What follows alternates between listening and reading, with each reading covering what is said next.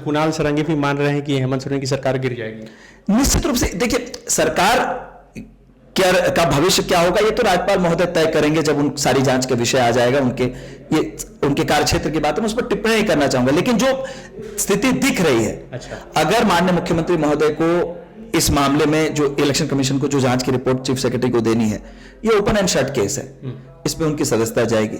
अगर माननीय मुख्यमंत्री महोदय की सदस्यता जाती है तो निश्चित रूप से सरकार के ऊपर संकट दिखाई देता है। जो चरित्र इस सरकार का रहा है, जो कार्यशैली रही है, यही आज ये दुष्परिणाम देखने को मिल रहा है कि अभी राज्य सरकार जाने की ओर अग्रसर है। मैं तो उन विद्वान सलाहकारों को निश्चित रूप से आपके माध्यम से कहना चाहूंगा कि राजनीति में जो गरिमा होती है, राजनीति में पद की जो गरिमा होती है, माननीय मुख्यमंत्री महोदय सिर्फ उनकी पार्टी के मुख्यमंत्री नहीं है, राज्य के मुख्यमंत्री हैं। तो झारखंड की छवि को इन लोगों ने धूमिल करने का काम किया है।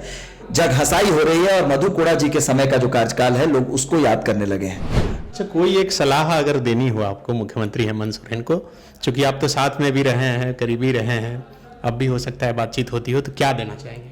मैं सिर्फ उनसे यही आग्रह करना चाहूंगा कि जो घोषणा पत्र उन्होंने झारखंड की जनता के समक्ष रखा था, उसे एक बार ध्यान से जरूर पढ़ें। शायद उन्हें समझ में आएगा कि राह उन्होंने कहां से भटकी है। अखबारों में छपी खबर के अनुसार राजधानी रांची में गर्मी ने पिछले 5 साल का रिकॉर्ड तोड़ दिया है। उसी अखबार में छपी खबर के अनुसार सियासी गर्मी भी रिकॉर्ड तोड़ने को आतुर है। हर दिन राजनीतिक हलचलें काफ़ी तेज हो रही है।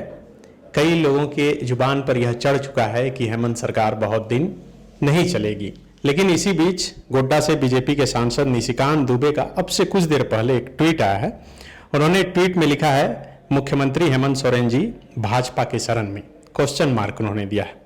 उसके आगे लिखा है, बुरे काम का बुरा नतीजा, यानी जैसी करनी वैसी भरनी।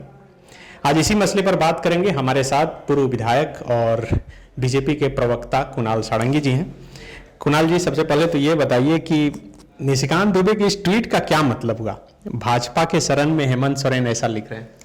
देखिए, सबसे पहले तो ट्वीट निशिकांत दुबे जी का है, तो वो बेहतर बता सकते हैं कि इस ट्वीट के मायने क्या हैं। निशिकांत जी बहुत सोच समझ कर ट्वीट करते हैं, तो जरूर इसके कुछ मायने होंगे। मुझे लगता है उसका बेहतर जवाब लेकिन वही दे पाएंगे। लेकिन उनके ट्वीट के एक हिस्से पर मैं जरूर कहना चाहूंगा कि बुरे काम का बुरा नतीजा, क्योंकि ये सिर्फ उनके ट्वीट तक सीमित नहीं है, ये एक यूनिवर्सल कहावत है।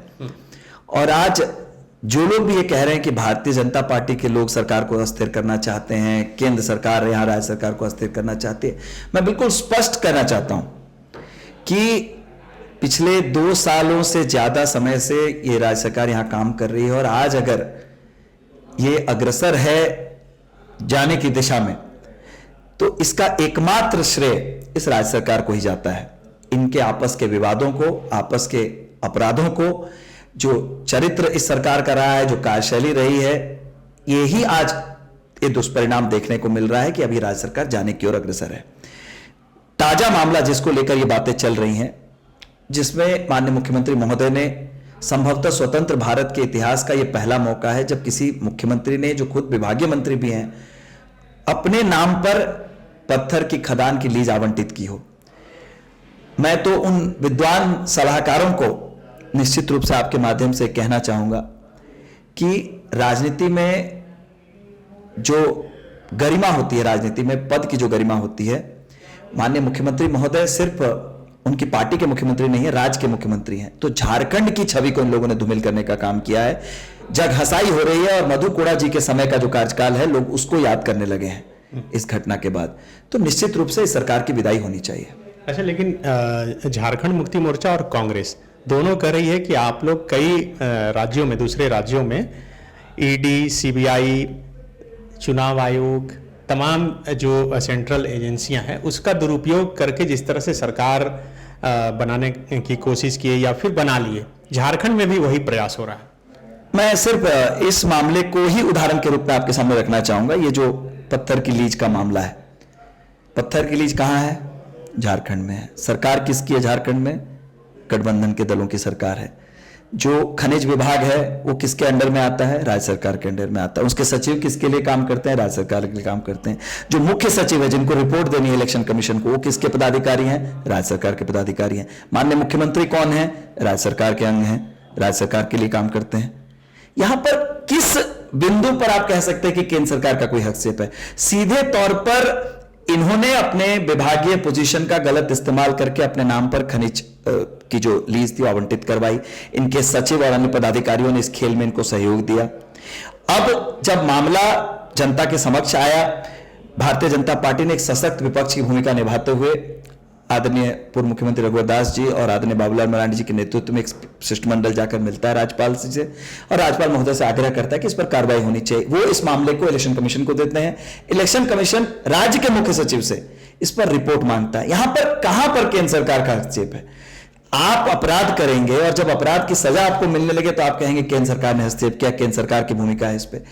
अपने अपराधों के कारण, अपने गलत कारनामों के कारण, अपने चरित्र के कारण यह सरकार आज जाने की दिशा में अग्रसर है। इसमें केंद्र सरकार की कोई भूमिका नहीं। लेकिन जब जनता के हितों की अनदेखी हो, जब जनता के लिए किए गए वादों पर सीधे तौर पर यू टर्न लिया गया हो पिछले 2 सालों में, और उन बातों पर और भ्रष्टाचार के ऐसे ऐतिहासिक मामलों पर अगर हम अपनी बात रखते हैं तो सशक्त विपक्ष के रूप में वो हमारी भूमिका है, हम आगे भी निभाएंगे। मतलब कुणाल सारंगी भी मान रहे हैं कि हेमंत सोरेन की सरकार गिर जाएगी।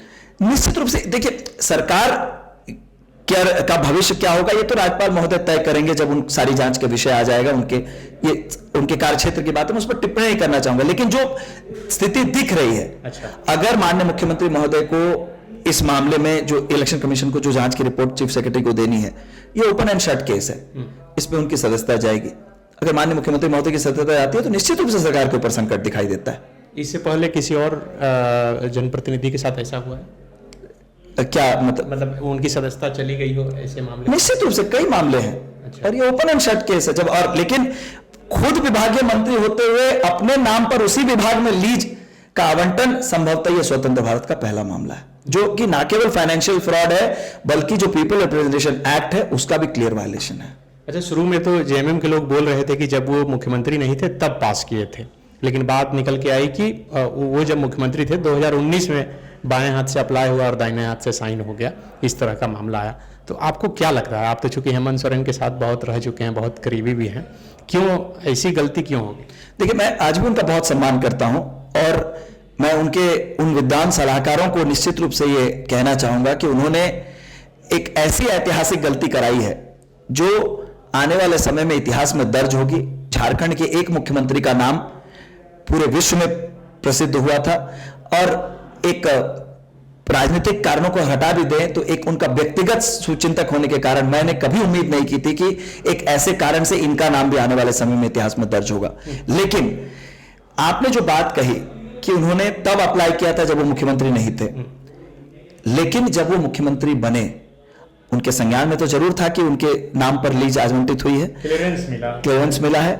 वन विभाग पहला कैबिनेट की जो बैठक होती उस पर वो निर्णय ले सकते थे कि ये मेरे मुख्यमंत्री नहीं होने के समय का मेरा आवेदन है जिस पर मुझे आवंटित हुआ है और मैं ये पहला निर्णय लेता हूं कि मैं इस लीज को सरेंडर करता हूं। तो वो संदेश जाता कि उनके दिल में ईमानदारी थी और उनके विभाग के जो लोग थे, उनके जो सहकर्मी हैं, उनके दिलों में भी ईमानदारी थी। लेकिन अब जब मामला जनता के समक्ष आया, जब राज्यपाल महोदय ने जांच के आदेश दिए, जब इलेक्शन कमीशन जांच पर रिपोर्ट मांग रहा है, आपने खुद इसको स्वीकार किया है कि आपने वो लीज सरेंडर कर दी। इसका मतलब लीज आवंटित हुई है आपके नाम पर। आपने ये भी स्वीकार किया, इन रिटर्न स्वीकार किया है कि मेरी गलती हुई है। गलती मान लेने से गलती माफ तो नहीं हो जाती, उसकी सजा तो आपको मिलनी है। और कोई भी राजनेता हो, जब सार्वजनिक जीवन में आप होते हैं तो आप कानून से ऊपर नहीं हो सकते। अच्छा, पिछली बार जब मैं एक बार इंटरव्यू किया था करीब 1 साल 1.5 साल पहले, आपने कहा था कि हेमंत सोरेन आदमी अच्छे हैं, गलत लोगों के चुंगल में फंस गए। लग रहा है कि अब ये सही हो रहा है। जी बिल्कुल, ये प्रकटीकरण है उसका, सिर्फ एक उदाहरण नहीं है। आज तमाम जो झारखंडी युवाओं को उन्होंने वादे किए थे, आज वो कह रहे मैंने नौकरी का वादा ही नहीं किया, मैंने खतियान पर कोई बात ही नहीं की, खतियान पर स्थानीयता नीति, नियोजन नीति नहीं बन सकती है। जिस स्टैंड को लेकर आपने 2 से 3 सालों तक विधानसभा को बाधित करने का काम किया, हम लोगों ने किया आपके नेतृत्व में, कि झारखंड के जो मूलवासी आदिवासी उनकी आकांक्षाओं को पूरा किया जा सके। आज सीधे तौर पर आपने यू टर्न ले लिया है। जेएसएससी की बात करें, तमाम नियोजन से जुड़ी बातों की बात करें, सब पर यू टर्न है और इतना साफ यू टर्न है कि विश्वास ही नहीं होता पहली बार सुनने में कि वो यही व्यक्ति है। ये कांग्रेस का साथ भी हो सकता है इसका कारण। और जो आप कह रहे हैं कि हमेशा हम लोगों ने एजेंसीज का इस्तेमाल किया, बन्ना गुप्ता कौन सी एजेंसी से आते हैं जो कहते हैं कि कांग्रेस को ही मुख्यमंत्री महोदय यहां समाप्त करने वाले हैं? आज वन्ना गुप्ता जी के विभाग पर जो आरोप लग रहे हैं कि कोविड के लिए जो प्रोत्साहन राशि थी, उस राशि को भी गलत तरीके से उन्होंने अपने लोगों में आवंटित कराया है, जिसके साक्ष्य भी विधायक सरजू राय जी ने लोग जनता के समक्ष रखे हैं। वो कौन सी एजेंसी से ऑपरेट हो रहे हैं? ये तो अपने ही लोग हैं, अपने ही लोग जो आज इरफान अंसारी बार बार कहते हैं कि सभी मंत्रियों को हटा दिया जाना चाहिए, बिल्कुल निकम्मे मंत्री हैं। ये कौन से भारतीय जनता पार्टी के लोग हैं? सारे आरोप प्रत्यारोप ये एक दूसरे पर लगाते हैं, विवाद एक दूसरे के साथ करते हैं, अपराध एक दूसरे के साथ मिलकर करते हैं, और जब सजा मिलने की बात आती है तो कहते हैं केंद्र की एजेंसियां काम कर रही है। ये जितने लोग बोल रहे हैं, कहा तो यही जा रहा है कि बीजेपी के सब संपर्क में हैं। चाहे लोविन हेम्ब्रम जब बोलते हैं तो कई लोग बोलते हैं उनके कार्यकर्ता कि बीजेपी के संपर्क में है। इरफान अंसारी का नाम आ ही चुका है, दिल्ली में वो होटल में बीजेपी के नेताओं से मिल रहे थे, और आपने कई नाम लिया। अभी जो सरकार बनाने और गिराने की चर्चा चल रही थी तो वो उसमें ये बात आ रही थी कि कांग्रेस के 10 से अधिक विधायक टूट सकते हैं, और इसमें इन लोगों का नाम था। हो सकता है कि ये लोग माहौल बना रहे हैं। देखिए, सबसे पहले तो मैं स्पष्ट करना चाहूं, यहां तक कि जो आंदोलनकारी छात्र हैं उनको भी भाजपा के एजेंट बता दिया गया, जबकि उसमें से कुछ तो उन जो सत्ताधारी दल हैं उनके ऑफिशियली मेंबर बने हुए हैं, उनको भी कह दिया गया कि बीजेपी के कार्यकर्ता है। तो हर वो व्यक्ति जो आपके गलत कामों का विरोध कर रहा है या आपके साथ विवाद कर रहा है, आपके गलत आचरण का विरोध कर रहा है, उससे भाजपा का एजेंट कहना इस सरकार की प्रवृत्ति बन गई है, जो कि राजनीतिक भविष्य के लिए बिल्कुल एक स्वास्थ्यजनक जो है कि प्रक्रिया नहीं कहा जा सकता है। तो अब आप लोग तैयार हैं सरकार बनाने के लिए? देखिए, ये मैं फिर कह रहा हूं, सरकार बनाना नहीं बनाना ये राज्यपाल महोदय तय करेंगे कि सरकार अगर जाती है तो किसको बुलावा देंगे, क्या न्यायिक प्रक्रिया होगी, संवैधानिक प्रक्रिया क्या होगी, उनका विवेक है, उनको निर्णय लेना है। इस पर मेरी क्षमता भी नहीं है और ना ही मैं आधिकारिक रूप से इस पर टिप्पणी कर सकता हूं। लेकिन मैं बस इतना ही कहूंगा, आज अगर झारखंड में फिर से इस सरकार पर संकट के बादल मंडरा रहे हैं तो इसके लिए पूरी तरीके से इनकी कार्यशैली और जो इन्होंने पाप किया है पिछले 2 सालों से ज्यादा समय में, सरकारी सत्ता का दुरुपयोग, जनता की जो आकांक्षाएं थी उनको धूमिल करने का, और अपने हर उस वादे को जो झारखंडी युवा से इन्होंने किया था यू टर्न लेने का, ये उसी का परिणाम है। अच्छा, कोई एक सलाह अगर देनी हो आपको मुख्यमंत्री हेमंत सोरेन को, चूंकि आप तो साथ में भी रहे हैं, करीबी रहे हैं, अब भी हो सकता है बातचीत होती हो, तो क्या देना चाहेंगे? मैं सिर्फ उनसे यही आग्रह करना चाहूंगा कि जो घोषणा पत्र उन्होंने झारखंड की जनता के समक्ष रखा था उसे एक बार ध्यान से जरूर पढ़ें, शायद उन्हें समझ में आएगा कि राह उन्होंने कहां से भटकी है। लेकिन वो लोग तो तर्क देते हैं कि जैसे ही सरकार बनी उसके बाद कोविड का काल शुरू हो गया तो हम लोग खुद डिरेल हो गए और इन सब कामों में लग गए कि इस तरह से स्वास्थ्य व्यवस्था को मजबूत करना है, लोगों को कैसे सुविधाएं पहुंचानी है। आप कोविड के काल का उदाहरण देना चाहते हैं? इस कोविड काल में मैं केंद्र सरकार और कई राज्य सरकार को ऐसे उदाहरण दे सकता हूं जिन्होंने ऐतिहासिक काम किए हैं। और पॉलिसी बनाने के लिए कोरोना का वायरस आपको नहीं रोकता है, इंप्लीमेंटेशन में चैलेंजेस आ सकते हैं, स्थानीयता नीति बनाने में, उसकी खाके को बनाने में, उसके लिए एक सारे स्टेक होल्डर्स के साथ मीटिंग करने में आपको कोरोना ने नहीं रोका था। ऑनलाइन मीटिंग्स हो रही है, पूरी दुनिया में ऑनलाइन मीटिंग्स हो रही है, आप सारे लोगों के साथ ऑनलाइन मीटिंग कर सकते थे, नियोजन नीति को लेकर, स्थानीयता नीति को लेकर, जो अन्य विषय है कि उनका कैसे समाधान निकलेगा, आप सारी मीटिंग्स कर सकते थे। माइनिंग की लीज आवंटित कराने में, BMW की गाड़ी खरीदने में, रेंज रोवर खरीदने में, जबकि आयुष्मान योजना का पैसा केंद्र सरकार ने दिया हुआ है लेकिन आप अपने अस्पतालों को नहीं दे रहे, वो अस्पताल बंद करने की, इलाज बंद करने की धमकी दे रहे हैं। उस समय पर कोरोना का संक्रमण काल इन्हें दिखाई नहीं देता है, और जब झारखंड के युवाओं की आकांक्षाओं को धरातल पर उतारने की बात आती है तो कोरोना का बहाना दिया जाता है। अब तो कोरोना की संभवतः चौथी लहर भी आने वाली है, लेकिन तब तक संभवतः ये सरकार शायद राज्य में नहीं रहे। मतलब ये पूरे भरोसे के साथ बार बार बोल रहे हैं आप इस बात को? नहीं, तो ये तो दिख रहा है, साफ दिख रहा है, ये साफ दिख रहा है कि इनके कार्यकलापों से, इनके द्वारा किए गए कारनामों से आज इस सरकार पर संकट के बादल हैं, और ये मेरे जो मित्र हैं गठबंधन की सरकार में, उन्हें भी मालूम है। TheFollowUp.in. Like, share, and subscribe. www.thefollowup.in